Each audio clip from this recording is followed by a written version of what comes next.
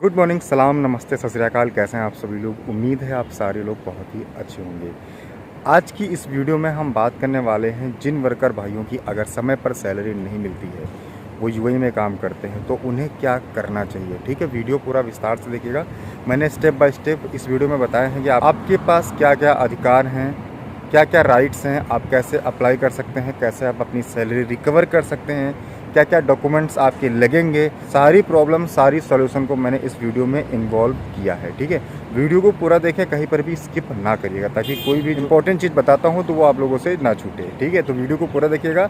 और अगर वीडियो पसंद आए, अगर मेरा एफर्ट सही लगे, मेरी इन्फॉर्मेशन आपको सही लगे, तो वीडियो को लाइक करके चैनल को सब्सक्राइब करना ना भूलना। बस वही मेरा अवार्ड है, वही मेरा रिवॉर्ड है। ठीक है, अब आप लोगों को करना है जो करना है। मेरा काम है आप लोगों को हकीकत बताना, जो आप लोगों की मदद हो सके वो मेरे द्वारा करना। ठीक, तो बिना किसी तरीके वीडियो को स्टार्ट कर लेते हैं। इस पूरी दुनिया में ना एक ऐसा प्राणी है जिसे खाने के फिराक में हर कोई रहता है, और वो है एक आम आदमी।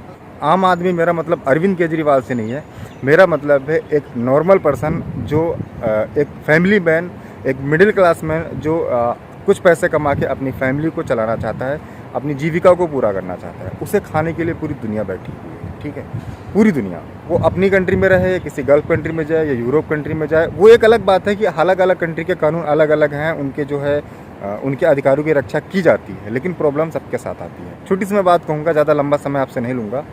पहले जब कोई आम आदमी सोचता है कि यार हम अपनी कंट्री में हैं, यहाँ पे मेरा पैसा पूरा नहीं हो पा रहा है, हमारी घर की ज़रूरतें नहीं पूरी हो पा रही हैं, तो हम ऐसा करते हैं क्यों ना किसी गल्फ़ कंट्री चले जाते हैं, क्योंकि यूरोप कंट्री में पैसा बहुत लगता है। किसी गल्फ़ कंट्री चले जाते हैं, वहाँ पे थोड़े पैसे कमा के, थोड़े ज़्यादा पैसे कमा के अपनी ज़रूरतें पूरी कर लेंगे। हमारा घर बन जाएगा, बहन की शादी हो जाएगी, बेटा पढ़ जाएगा, ये ज़रूरतें होती हैं उनकी।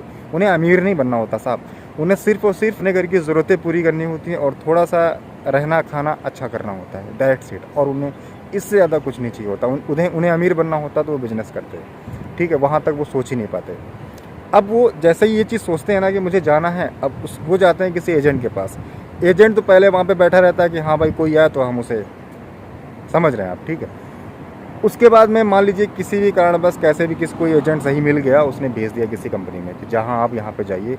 और जाहिर सी बात है, कोई नॉर्मल पर्सन जो कम पढ़ा लिखा है वो किसी वर्कर काम में ही आएगा यहाँ पे। वो वर्कर काम में यूएई या किसी गल्फ़ कंट्री चला जाता है। वहाँ आने के बाद कोई कंपनी उसे मिल जाती है। उस कंपनी में रहने के बाद अपने आप को एडजस्ट करता है बेचारा, रहने खाने सारी चीज़ें अपनी फैमिली से दूर, यानी उसके सेक्रीफाइसेस आप देखिए, जैसे तैसे करके अपने आप को एडजस्ट करता है। और फिर उसके सामने अचानक से प्रॉब्लम आ जाती है, वो आती है सैलरी की। अब आप ये बताइए कि उसने इतना सब कुछ किया, अपना घर छोड़ा, परिवार छोड़ा, देश छोड़ा, सब कुछ छोड़ा, अपनी इच्छाओं को मारने के बाद वो गल्फ़ आया है। और गल्फ़ किस लिए आया है? क्योंकि उसे चाहिए सैलरी, उसे चाहिए पैसा। अगर वही उसको ना मिले तो कैसे काम चलेगा? ठीक है, और ये समझ भी नहीं आता मुझे, वो किस मिट्टी के लोग बने हैं जो ऐसा करते हैं, किस मिट्टी के बने हैं नहीं पता।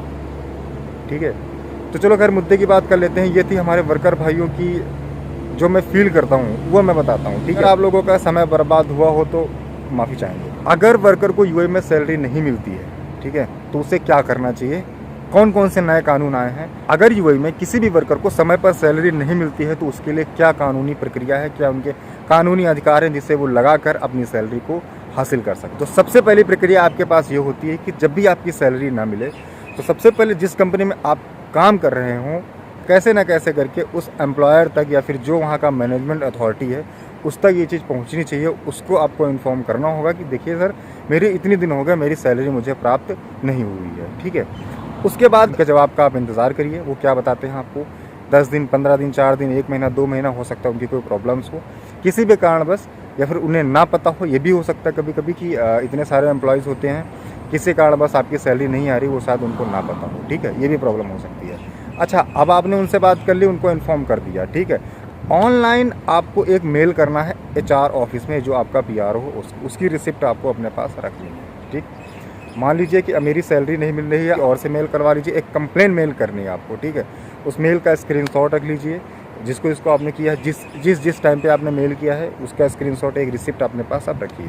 ठीक है, कि हाँ आपने एक चीज़ उनको मेल किया है, क्योंकि समय आने पे हो सकता है आपसे मांग लिया जाए। अब उसके बाद में अगर फिर भी आपकी सुनवाई नहीं हो रही, तब आपका सेकंड स्टेप होता है कि आप उनकी कंप्लेन करें।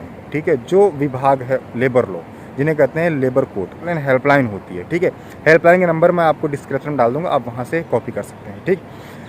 उस हेल्पलाइन नंबर पे आप कॉल करेंगे, कॉल करने के बाद अब वहाँ पे आप सारी डिटेल बताएंगे या आप अपनी कंप्लेन नोट करवाएंगे। वो लोग कंप्लेन लेने के बाद आपको समय देंगे कि आप 24 हॉर्स रुक जाइए। 24 घंटे की जो प्रक्रिया होती है, आपके एम्प्लॉयर को जो अथोराइज पर्सन होगा उसको बुलाया जाएगा, आपको बुलाया जाएगा, एक मीटिंग कराई जाएगी और उस मीटिंग के दौरान ये बात की जाएगी कि आप इनकी सैलरी क्यों रोक रहे हैं और ये प्रॉब्लम का सलूशन वहाँ से निकालने की कोशिश की जाएगी। और उस मीटिंग के तहत कोशिश की जाएगी कि आप लोगों की जो प्रॉब्लम है उसका छुटकारा हो जाए। वहाँ पर अगर बात बन जाती है तो कोई दिक्कत नहीं है, चीज़ें हो जाती हैं, ठीक है। अगर वहाँ पर भी बात नहीं बनती है तो फिर जो मामला थोड़ा क्रिटिकल हो जाता है और ये मामला चला जाता है लेबर कोर्ट में।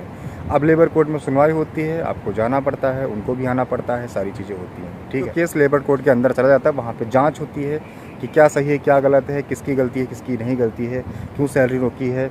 उस कंडीशन में फिर जांच होने के बाद जो भी आपका निष्कासित होता है, जो भी आपका सोल्यूशन होता है, वो कोर्ट द्वारा कर दिया जाता है। आपका जो भी मुआवजा, जो भी पैसे वगैरह होते हैं वो सारे दिला दिए जाते हैं। मान लीजिए किसी कारणवश किसी कंपनी का दिवाला निकल गया, कोई कंपनी बंद हो गई, तो उस कंपनी के नीलाम होने के बाद आप जितने भी वर्कर हैं उनका पैसा वहाँ से पे कर दिया जाता है, ठीक है। कभी कदार होता है ना कि ज़्यादा वर्कर होते हैं, उनकी सैलरी नहीं हो पाती, तो वो लोग क्या करते हैं कि कंपनी को नीलाम होने के बाद फिर उनकी सैलरी वहाँ से पे कर दी जाती है। लेकिन ये सारी चीज़ें होती हैं, ये सारी चीज़ें होती हैं। ये जो हमारा आम आदमी है ना, ये जो हमारा वर्कर भाई है ना, ये फिर भी चाहता है कि यार कैसे भी करके भैया दादा करके किसी से पैसे निकलवा लिए जाएँ, कोर्ट के मामले में ना फंसना पड़े, वही अच्छा है। क्योंकि वो इतना दूर सिर्फ़ और सिर्फ अपना घर चलाने के लिए आया है, ना कि किसी के ऊपर कोर्ट कचहरी करने के लिए, ना ही किसी से झगड़ा करने के लिए, ना ही किसी से लड़ाई करने के लिए, ठीक है। इसके बाद अगर आपको एक कानूनी प्रक्रिया करनी पड़ती है तो उसके लिए आपको डॉक्यूमेंट्स की रिक्वायरमेंट क्या होगी, ये भी मैं आपको बता दे रहा हूँ। इसके लिए जो आपने ऑनलाइन शिकायत दर्ज करी होगी उसकी एक कॉपी आपके पास होनी चाहिए, जो आपने ऑनलाइन शिकायत दर्ज करी होगी। वीज़ा पासपोर्ट कॉपी होनी चाहिए आपके पास, और वीज़ा कॉपी होनी चाहिए और पासपोर्ट कॉपी दोनों आपके पास होनी चाहिए। साथ ही साथ जो आपको पिछली तनख्वाह, लास्ट टाइम आपको कब तनख्वाह मिली थी, उसकी आपके पास स्लिप होनी चाहिए। ये सारे डॉक्यूमेंट्स आपके पास कंप्लीट होने चाहिए। उसके बाद ये कानूनी कार्रवाई वहाँ से स्टार्ट कर दी जाती है। तो आई होप आप लोगों को वीडियो पसंद आया होगा, इन्फॉर्मेशन अच्छी लगी होगी। मेरे द्वारा दिया गया एफर्ट कैसा लगा, इन्फॉर्मेशन कैसे लगी, कमेंट करके ज़रूर बताइएगा। क्योंकि आपके एक कमेंट से ना, आपके एक अच्छे कमेंट से, और लोग बुरे कमेंट भी करते हैं, आपके एक अच्छे कमेंट से मुझे बहुत मोटिवेशन मिलता है, और एक सब्सक्राइब से तो पूछिए मत कितना मोटिवेशन मिलता है। तो मिलते हैं अगली वीडियो में, तब तक के लिए थैंक यू सो मच। जय हिंद, वंदे मातरम।